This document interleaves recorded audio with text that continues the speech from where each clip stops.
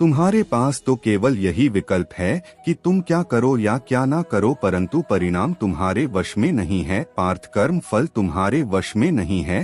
तुम्हारे अधिकार की सीमा इस विकल्प पर समाप्त हो जाती है कि तुम युद्ध करोगे या नहीं करोगे, किंतु युद्ध का परिणाम तुम्हारे हाथ में नहीं है।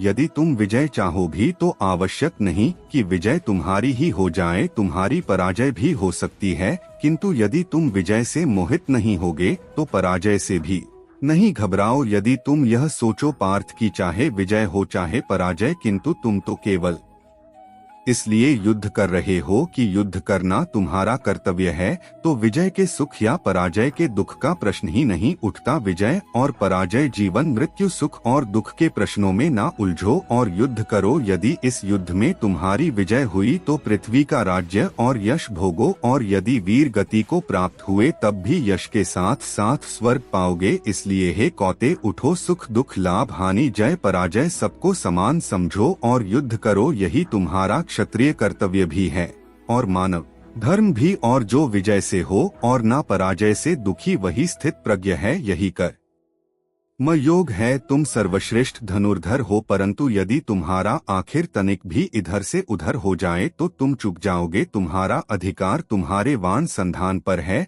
तुम्हारा अधिकार तुम्हारी दृष्टि पर है, परंतु उस मृग पर तुम्हारा कोई अधिकार नहीं जिसकी वो तुम मान चला रहे हो। हे धनंजय, सत्पुरुष कभी अपने अधिकारों की सीमा का उल्लंघन नहीं करते, अर्थात अपने कर्म में स्थिर रहो, स्थिर रहो, क्योंकि कर्म की कुशलता का ही नाम योग है। मेरा हाथ तो अब भी कांडी की ओर नहीं बढ़ रहा है, किशा मेरी समझ में तो अब भी यह नहीं आ रहा है कि इस युद्ध से लाभ क्या होगा। तुम यह निर्णय केवल इसलिए नहीं ले पा रहे हो पार्थ कि तुम इस क्षण को केवल व्यक्तिगत लाभ और व्यक्तिगत हानि के तुला में तो रहे। यही तो मोह का बंधन है पार्थ, यही तो तुम्हारे शोक की जड़ है, और इसीलिए तुम्हारा यह कायर पलायम कुन्नु कर्म है। सामान्य पुरुष विषय का ध्यान करता है और विषय का ध्यान उसे आसक्त बना देता है। इस आसक्तियां लगाव से काम का जन्म होता है। जब काम की पूर्ति नहीं होती तो क्रोध उत्पन्न होता है।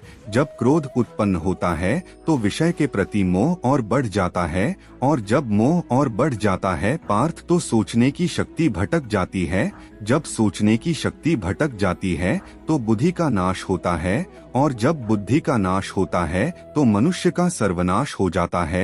और हे कुंती पुत्र, तुम्हारा यह मोह तुम्हें बुद्धि के विनाश की ओर ले जा रहा है। तनिक सोचो कि जिसके पास बुद्धि ही ना होगी उसे शांति कैसे मिल सकती है। वह तो शांति और अशांति में अंतर ही नहीं कर सकता, और जो शांति को अशांति से अलग तक नहीं कर सकता वो भला कैसे सुखी हो सकता है। हे पार्थ, जैसे पवन के झोंके नाव को भटका देते हैं, वैसे ही कामनाएं बुद्धि को भटका देती हैं। इंद्रियम चरता यन मनो अनुविधते तस्य हरति प्रज्ञाम वायुर्नाव वामसी। इसलिए हे महाबाहु, अपनी इंद्रियों को अपने वश में रखो, स्वयं ही उनके वश में ना हो जाओ। पार्थ, यह बात ध्यान से सुनो और समझो कि जब संसार सोता है तब मुनि जागता है, और जब संसार जागता है तब मुनि